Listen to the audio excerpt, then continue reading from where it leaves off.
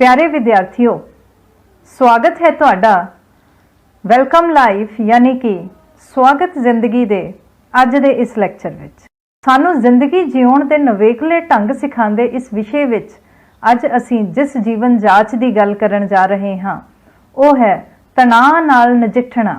जी हाँ बच्चिओ, साडा अज दा विषय है तनाव नाल नजिठना, कोपिंग विद स्ट्रैस।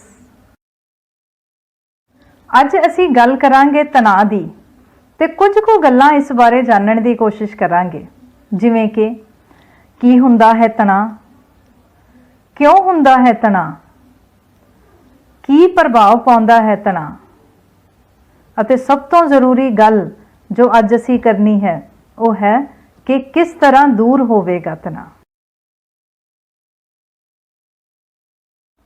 सब तो पहला असी जाणांगे तनाव के अर्थ बारे।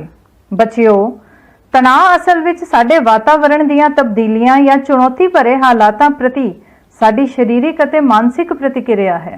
ये किसी भी प्रकार के दबाव का सामना करने लई शरीर का एक कुदरती ढंग है। जद भी साडे सामने कोई चुनौती आती है, साडे शरीर विच कुछ परिवर्तन आउंदे हन जो कि सानू तैयार करते हैं उस चुनौती का सामना करने के लिए।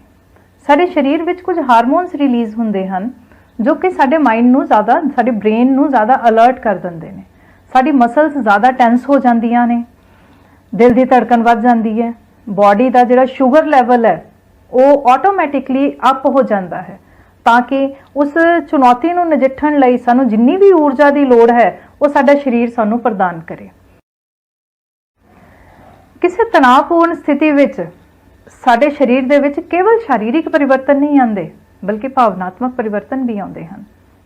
गुस्सा आना, डर लगना, घबराहट होनी, कुछ किसी स्थिति विच रोना आना, अचानक जदों वातावरण दीयां तब्दीलियां हुंदियां ने या कोई अचानक घटना हुंदी है या कोई भी तनावपूर्ण कोई चुनौती एकदम सामने आउंदी है तो अज शरीर दे विच भावनात्मक, शरीरिक बहुत तरह के परिवर्तन हुंदे हैं जो तुहानू तैयार ऊर्जा दिंदे ने, तुहानू तैयार करते हैं उस स्थिति नाल सही तरीके नाल नजिठण लई। तुहाडा दिमाग सही तरीके नाल काम करे, सोचे, फैसले लवे अते उस दे नाल नजिठे। ये जिहड़े परिवर्तन ने इन्हां नू ही असीं तनाव कहंदे हां। कुछ परिस्थितियां दी उदाहरण लैके आपां तनाव नू समझण दी कोशिश करते हां। मन लो खराब परिवार का वातावरण अनुकूल ना होने कारण तुसी अपना स्कूल का काम नहीं कर पाए। तुसी अगले दिन स्कूल जाना है, अपना काम देना सी, उस वेले तुहाडियां जो भी भावनावां होणगियां वो तनाव है। तुसी स्कूल जाण तो टलोगे, तुसी अध्यापक का सामना करन तो बचोगे, ये तनाव के कारण है।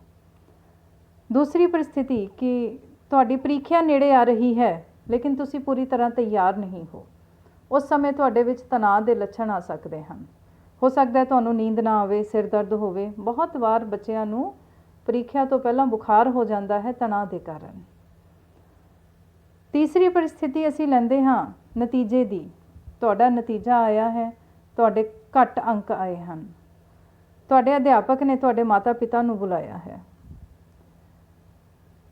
तुहाडे अध्यापक ने की कहना है ये तुहानू नहीं पता, लेकिन तुसी जो डर महसूस करोगे, जो घबराहट महसूस करोगे या जो भी तुहाडियां भावनावां होणगियां वो तनाव है।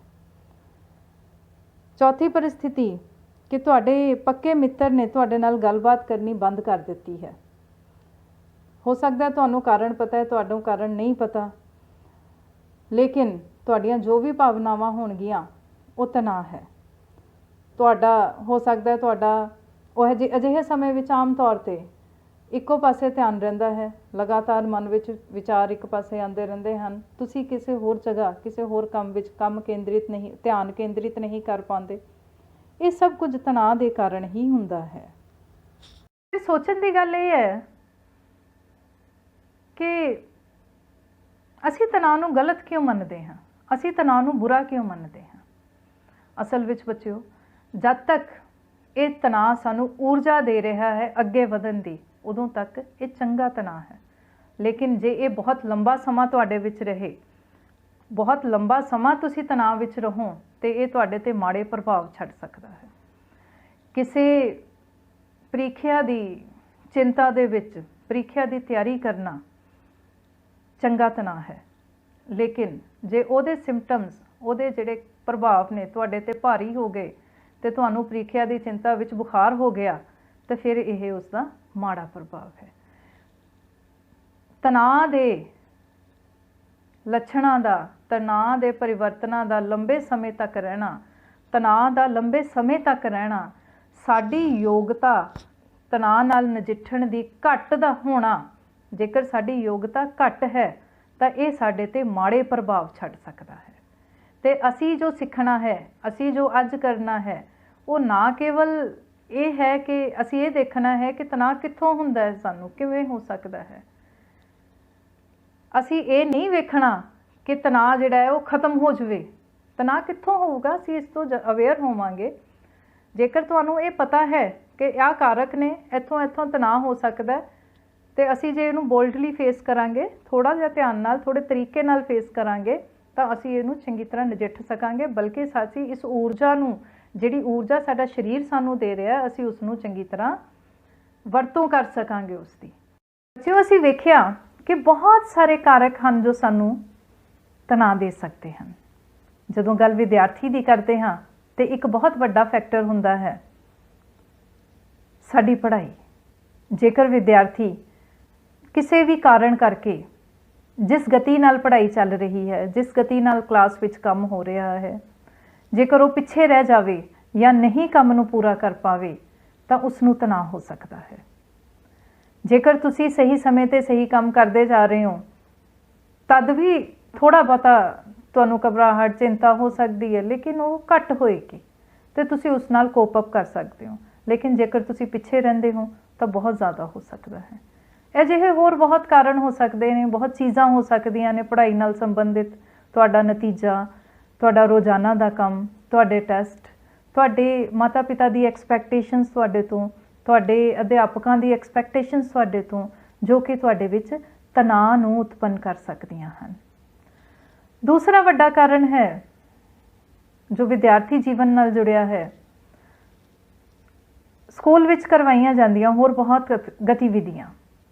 ਬੱਚਿਓ, ਸਾਨੂੰ ਪਤਾ ਹੈ ਕਿ ਵਿਦਿਆਰਥੀ ਦੇ ਸਰਵਪੱਖੀ ਵਿਕਾਸ 'ਤੇ ਜ਼ੋਰ ਦੇਣ ਲਈ, ਸਰਵਪੱਖੀ ਵਿਕਾਸ ਨੂੰ ਕਰਨ ਲਈ ਸਕੂਲ ਦੇ ਵਿੱਚ ਬਹੁਤ ਸਾਰੀਆਂ ਗਤੀਵਿਧੀਆਂ ਕਰਵਾਈਆਂ ਜਾਂਦੀਆਂ ਹਨ, ਤੇ ਉਹ ਗਤੀਵਿਧੀਆਂ ਵੀ ਸਾਨੂੰ ਤਣਾਅ ਦੇ ਸਕਦੀਆਂ ਹਨ। ਇੱਕ ਕੰਪੀਟੀਸ਼ਨ ਦੀ ਭਾਵਨਾ ਸਾਡੇ ਵਿੱਚ ਆਉਂਦੀ ਹੈ, ਅਸੀਂ ਪ੍ਰਤੀਯੋਗਿਤਾ ਵਿੱਚ ਆਉਂਦੇ ਹਾਂ ਤੇ ਆਪਣੇ ਆਪ ਨੂੰ, ਆਪਣੀ ਯੋਗਤਾ ਨੂੰ ਪ੍ਰੂਵ ਕਰਨ ਦੇ ਲਈ ਅਸੀਂ ਬਹੁਤ ਕੁਝ ਕਰਦੇ ਹਾਂ ਅਜਿਹੀ ਗਤੀਵਿਧੀਆਂ ਵਿੱਚ, ਤੇ ਇਹ ਵੀ ਸਾਨੂੰ ਤਣਾਅ ਦੇ ਸਕਦੀਆਂ ਹਨ। ਇਸ ਤੋਂ ਇਲਾਵਾ ਸਾਡਾ ਪਰਿਵਾਰ, ਪਰਿਵਾਰ ਦੇ ਸੰਬੰਧ, ਸਾਡੇ ਪਰਿਵਾਰ ਦਾ ਮਾਹੌਲ, ਕੀ ਉਹ ਸੁਖਾਵਾਂ ਹੈ, ਕੀ ਘਰ ਵਿੱਚ ਕੋਈ ਲੜਾਈ ਝਗੜਾ ਹੈ, ਜਾਂ ਕੋਈ ਆਰਥਿਕ ਸਮੱਸਿਆ ਹੈ, ਸਾਡੇ ਭੈਣ ਭਰਾ ਨਾਲ ਸਾਡੇ ਸੰਬੰਧ ਕਿਹੋ ਜਿਹੇ ਨੇ, ਸਾਡੇ ਮਾਤਾ ਪਿਤਾ ਨਾਲ ਸਾਡੇ ਸੰਬੰਧ ਕਿਹੋ ਜਿਹੇ ਨੇ, ਉਹਨਾਂ ਦੇ ਆਪਸ ਵਿੱਚ ਸੰਬੰਧ ਕਿਹੋ ਜਿਹੇ ਨੇ। ਇਹ ਛੋਟੀਆਂ ਛੋਟੀਆਂ ਚੀਜ਼ਾਂ ਸਾਡੇ ਲਈ ਵੱਡਾ ਤਣਾਅ ਦਾ ਕਾਰਨ ਬਣ ਸਕਦੀਆਂ ਹਨ। ਇਸ ਤੋਂ ਇਲਾਵਾ ਸਾਡੇ ਮਿੱਤਰ, ਸਾਡੇ ਸਾਥੀ ਜੋ ਹਨ ਜਮਾਤ ਦੇ ਵਿੱਚ, ਘਰ ਦੇ ਵਿੱਚ, ਘਰ ਦੇ ਆਲੇ ਦੁਆਲੇ, ਉਹ ਵੀ ਸਾਡੇ ਤਣਾਅ ਦਾ ਕਾਰਨ ਹੋ ਸਕਦੇ ਹਨ। ਇਹ ਵੇਖਣ ਵਿੱਚ ਆਉਂਦਾ ਹੈ ਕਿ ਵਿਦਿਆਰਥੀਆਂ ਦੇ ਵਿੱਚ ਇੱਕ ਆਪਣੇ ਸਾਥੀਆਂ ਦੇ ਵਿੱਚ ਆਪਣੇ ਆਪ ਨੂੰ ਸਾਬਿਤ ਕਰਨ ਦੀ ਇੱਕ ਇੱਛਾ ਹੁੰਦੀ ਹੈ, ਇੱਕ ਤੀਵਰ ਇੱਛਾ ਹੁੰਦੀ ਹੈ, ਜਿਸ ਦੇ ਕਾਰਨ ਉਹ ਆਪਣੀ ਇਮੇਜ ਨੂੰ ਸੁਧਾਰਨਾ, ਆਪਣੀ ਇਮੇਜ ਵਧੀਆ ਕਰਨਾ,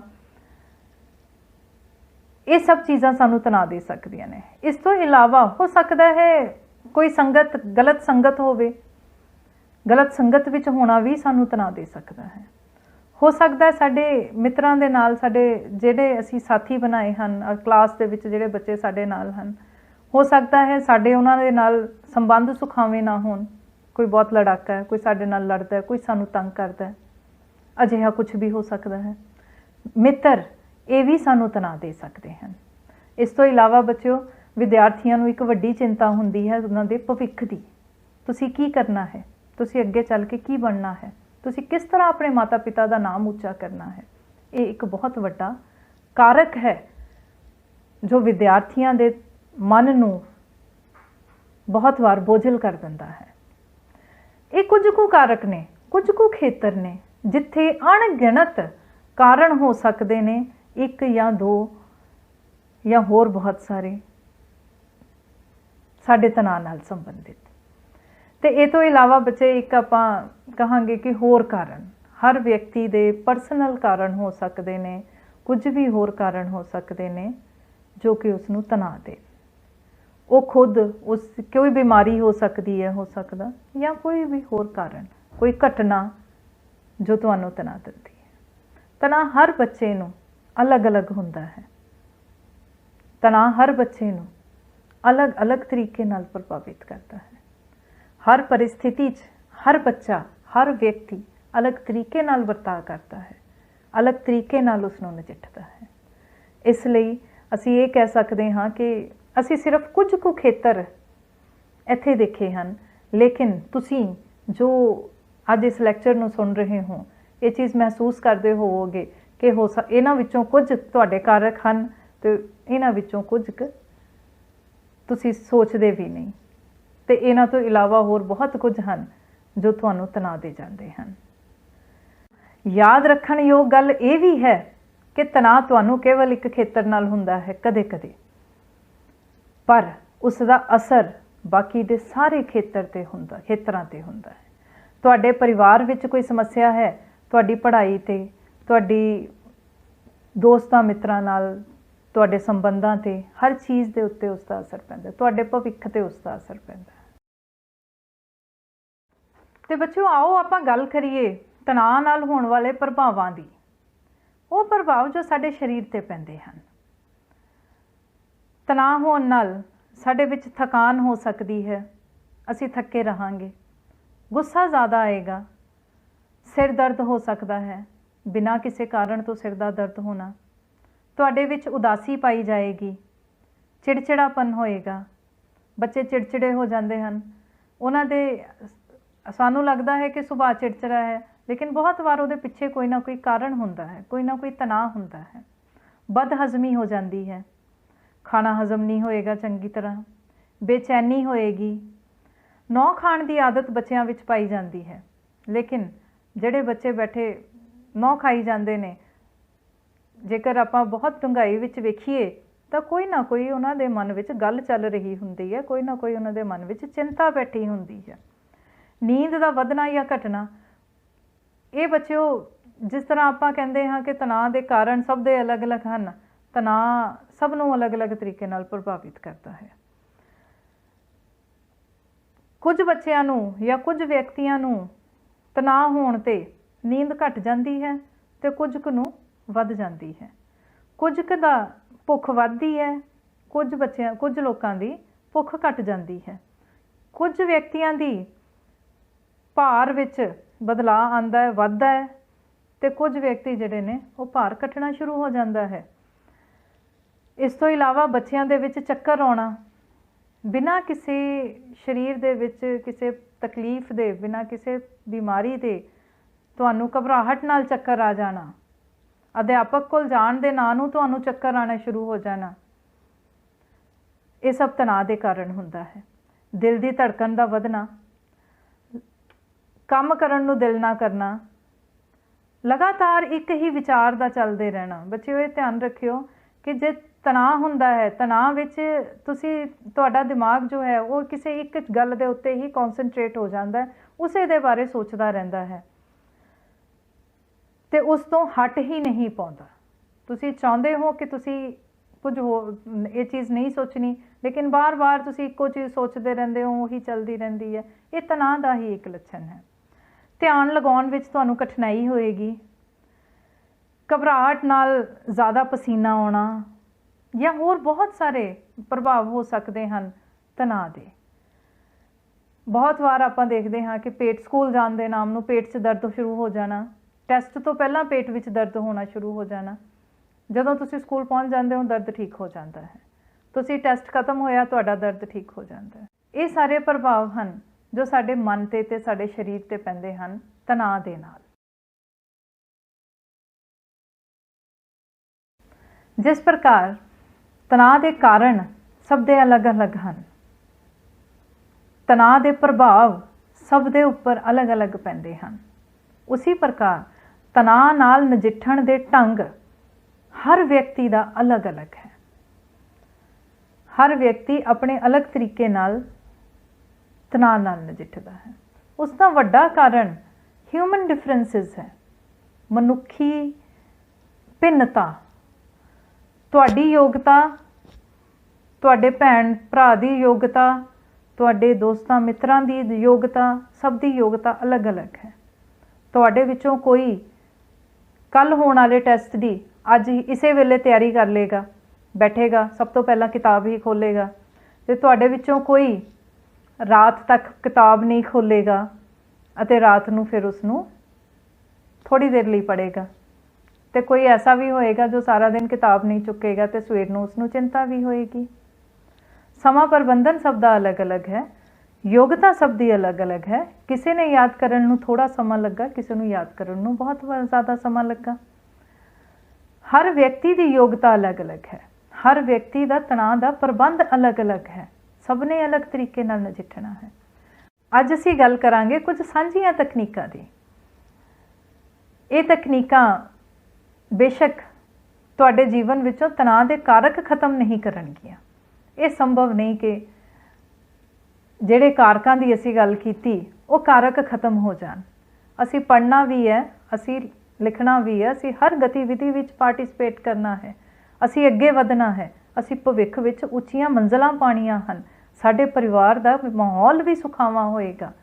जे नहीं भी है या परिवार दे विच जो भी समस्यावां हन, हो सकता है तुसीं उन्हां नूं दूर ना कर सको, लेकिन तुहाडी अपनी तनाव नूं झेलण दी योग्यता जरूर वधनी चाहिदी है। तुसीं उहदे विचों सफलतापूर्वक हर समस्या नूं नजिठ सको, ये तुहाडे विच योग्यता होनी चाहिदी है। असीं कुछ कुछ सांझियां तकनीकां दी गल करांगे जो तुहाडे विच योग्यता वधाउण लई तुहाडे काम आउणगीਆਂ।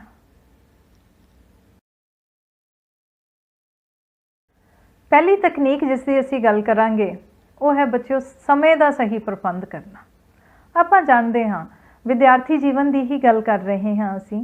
विद्यार्थी जीवन विच बहुता तनाव जिहड़ा है वो समय का सही प्रबंध ना करन करके हुंदा है। तुहाडे लई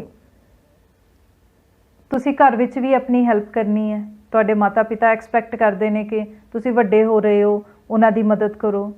तुसीं स्कूल का काम भी करना है, तुसीं प्रीखिया की तैयारी भी करनी है, तुसीं स्कूल च हुंदे कॉम्पीटिशनस है उन्हां दे विच भी पार्टिसिपेट करना है। तुसीं इस सब नूं किद्दां मैनेज करोगे, ये तुहाडे अपने उत्ते डिपेंड करता है। तुहानूं पता है कि तुहानूं घर च कितना टाइम मिलता है। जेकर तुसीं घर विच समा नहीं दे पाते तो तुसीं उसनूं स्कूल दे विच कवर करो। अपना समा अपने 24 घंटे तुसीं खुद मैनेज करने हैं। सोचो, विचारो अते उन्हां नूं सही तरीके नाल मैनेज करते हुए अपना सारा काम करते चलो। तुसीं वेखोगे कि कुछ ही समय विच, कुछ ही दिनां विच तुसीं अपने आप नूं रिलैक्स फील करोगे। समय दे सही प्रबंधन लई सब तो पहला एक छोटी जी टेक्नीक जो तुसीं यूज़ करनी है, समा सारणी बनाना। दूजी चीज़ कि ये तुसीं अपनी समझ दे उत्ते निर्भर करते हुए ये सोचना है कि एक समय ते तुहानूं जिन्ने भी काम हैं उस विच सब तो ज़रूरी काम किहड़ा है, जिहड़ा सब तो ज़रूरी है उस मौके ते उसनूं पहल दो, उसनूं पहला खत्म करो, फिर तुसीं दूसरे काम ते उत्ते आओ। समय का प्रबंध करन लई, अपने समय नूं मैनेज करन लई एक बहुत ही ज़रूरी चीज़ है इंटरनेट ते घट समा बिताना। इंटरनेट के बहुते प्रयोग तो बचो। बच्चे अजकल यंगस्टर्स विच ते यंगस्टर्स ही क्यों सारे ही लोगों विच एक क्रेज़ पाया जाता है इंटरनेट का। तो जदों असीं इंटरनेट ते हुंदे आ सानूं पता भी नहीं चलता कि साडे किन्ने घंटे खा गया वो। असीं इस आदत तो बचना है।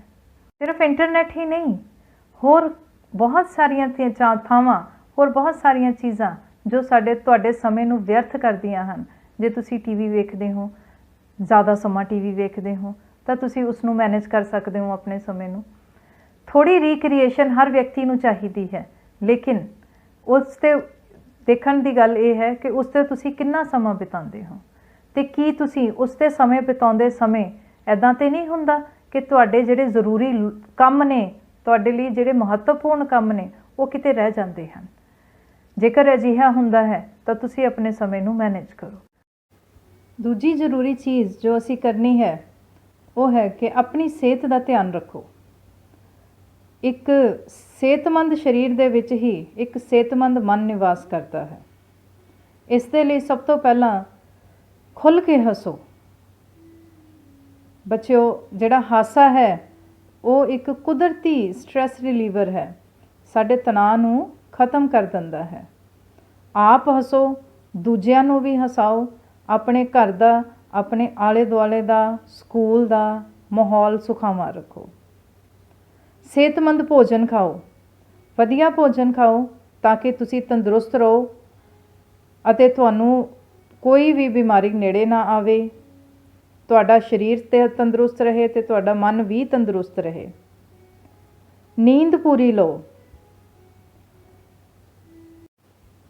ਚੰਗੀ ਨੀਂਦ ਸਾਨੂੰ ਪੂਰੀ ਤਰ੍ਹਾਂ ਫਰੈਸ਼ ਕਰ ਦਿੰਦੀ ਹੈ ਅਤੇ ਅਸੀਂ ਤਰੋ ਤਾਜ਼ਾ ਮਨ ਨਾਲ ਨਵੀਆਂ ਚੁਣੌਤੀਆਂ ਦਾ ਸਾਹਮਣਾ ਕਰਨ ਲਈ ਤਿਆਰ ਹੋ ਜਾਂਦੇ ਹਾਂ। ਇਹ ਚੀਜ਼ ਹੈ ਕਸਰਤ ਕਰੋ। ਜੇਕਰ ਤੁਹਾਡਾ ਸਰੀਰ ਤਾਕਤਵਰ ਹੈ ਤਾਂ ਤੁਹਾਡਾ ਮਨ ਵੀ ਤਾਕਤਵਰ ਹੋਏਗਾ। ਕਸਰਤ ਦੇ ਵਿੱਚ ਨਾ ਕੇਵਲ ਸਰੀਰਕ ਕਸਰਤ ਆਉਂਦੀ ਹੈ, ਬਲਕਿ ਤੁਹਾਡੇ ਮਨ ਨੂੰ ਇਕਾਗਰ ਕਰਨ ਵਾਲੀ, ਤੁਹਾਡੇ ਮਨ ਦੀ ਇਕਾਗਰਤਾ ਵਧਾਉਣ ਵਾਲੀ ਯੋਗ ਐਕਸਰਸਾਈਜ਼ਸ ਵੀ ਇਹਦੇ ਵਿੱਚ ਹਨ। ਸਾਹ ਦੀਆਂ ਐਕਸਰਸਾਈਜ਼ਸ ਕਰੋ, ਸੈਰ ਕਰੋ, ਰੋਜ਼ਾਨਾ ਸੈਰ ਕਰੋ।